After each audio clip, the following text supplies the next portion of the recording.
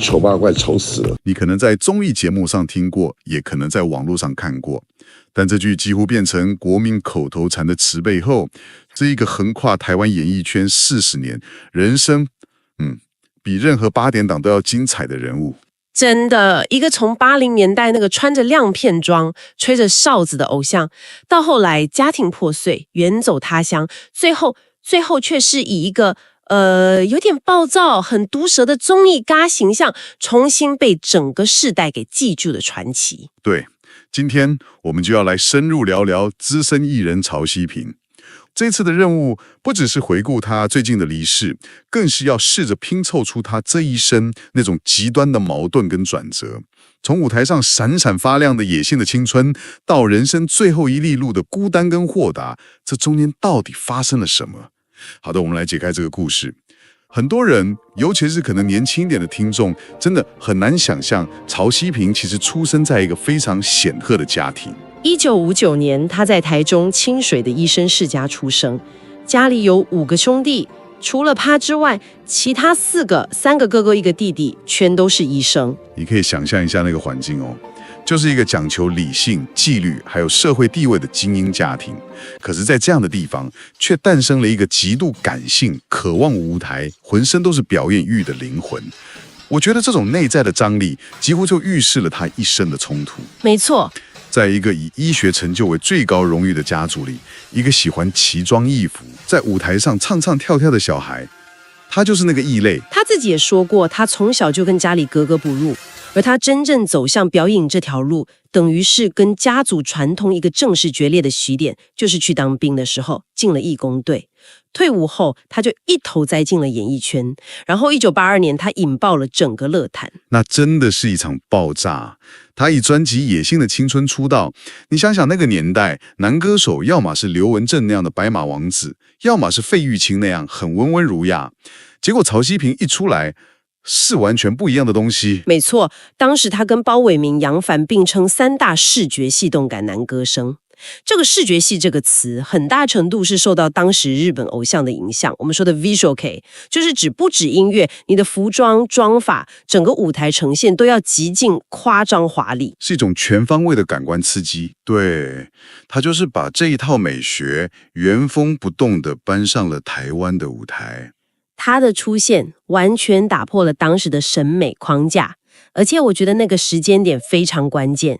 那是在解严前夕，整个社会的氛围是比较压抑的，但年轻人内心又渴望解放，渴望自我表达。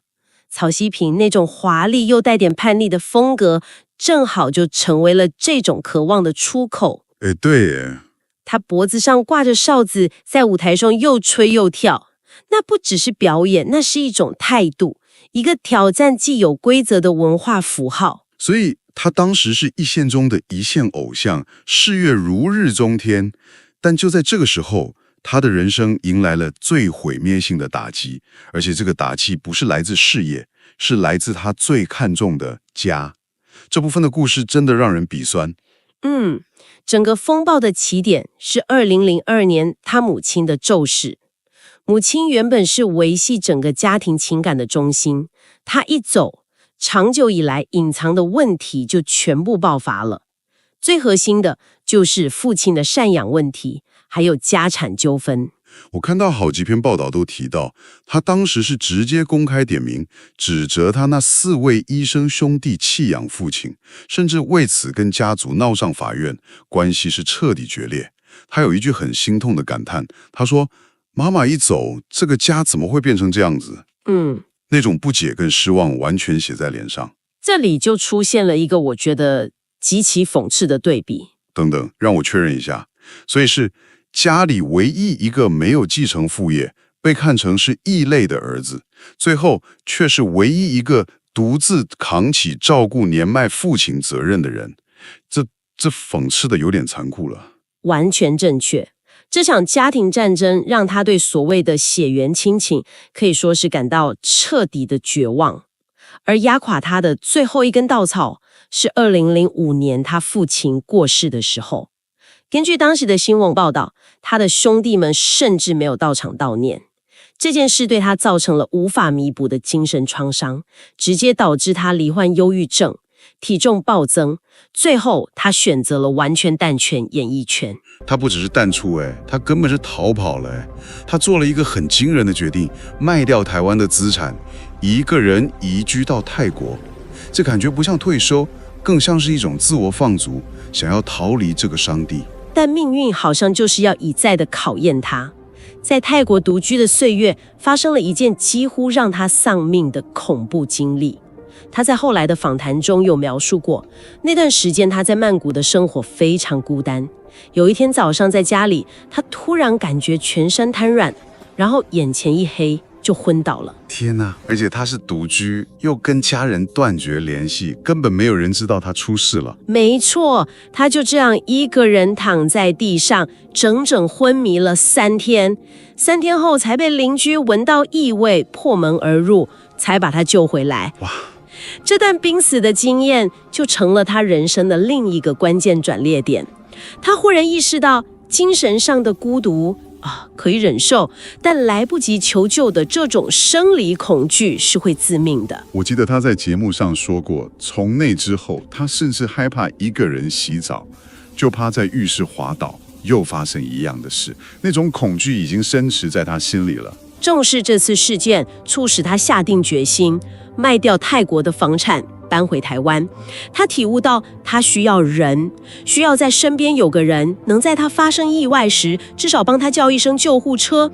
这个看似卑微的需求，成了他晚年生活的核心。于是2010年，他回来了，但回来的不再是那个唱着野性的青春的偶像曹希平，他以一个全新的、让所有人都跌破眼镜的形象重返荧光幕。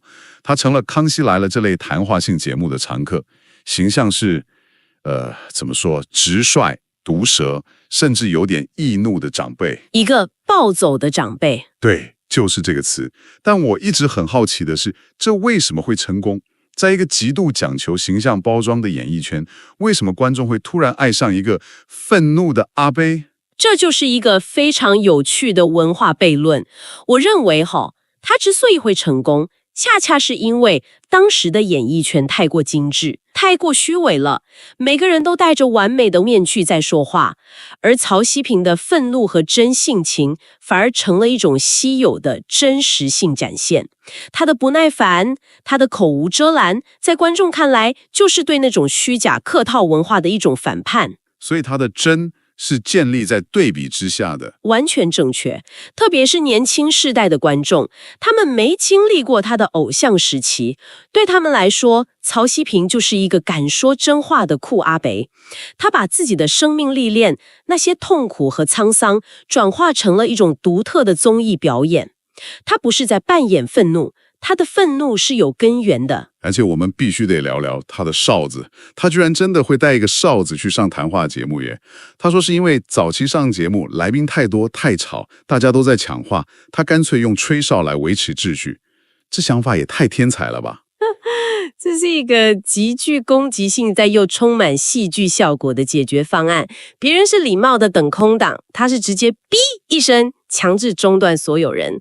这既是表演艺术，又是一个没耐心的长辈会做的事，而且居然很有用。还有那句“你这个丑八怪”，很难想象一句骂人的话，最后会变成一句带有亲切感的玩笑话，甚至变成他的标志。这也就是他厉害的地方，他把攻击性转化成了娱乐性。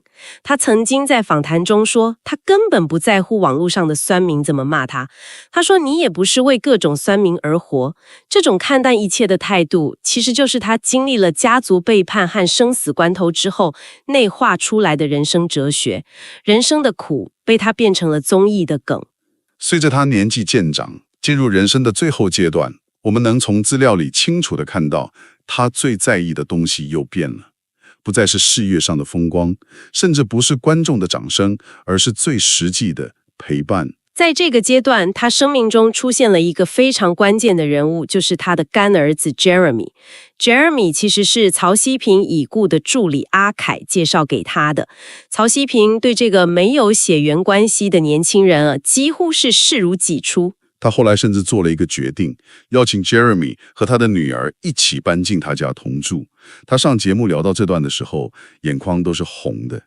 他说他这么做的原因非常直接，就是为了避免再发生像在泰国那样独居昏倒的意外。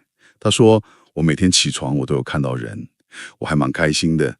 这句话听起来很平淡，但背后是他对孤独最深的恐惧。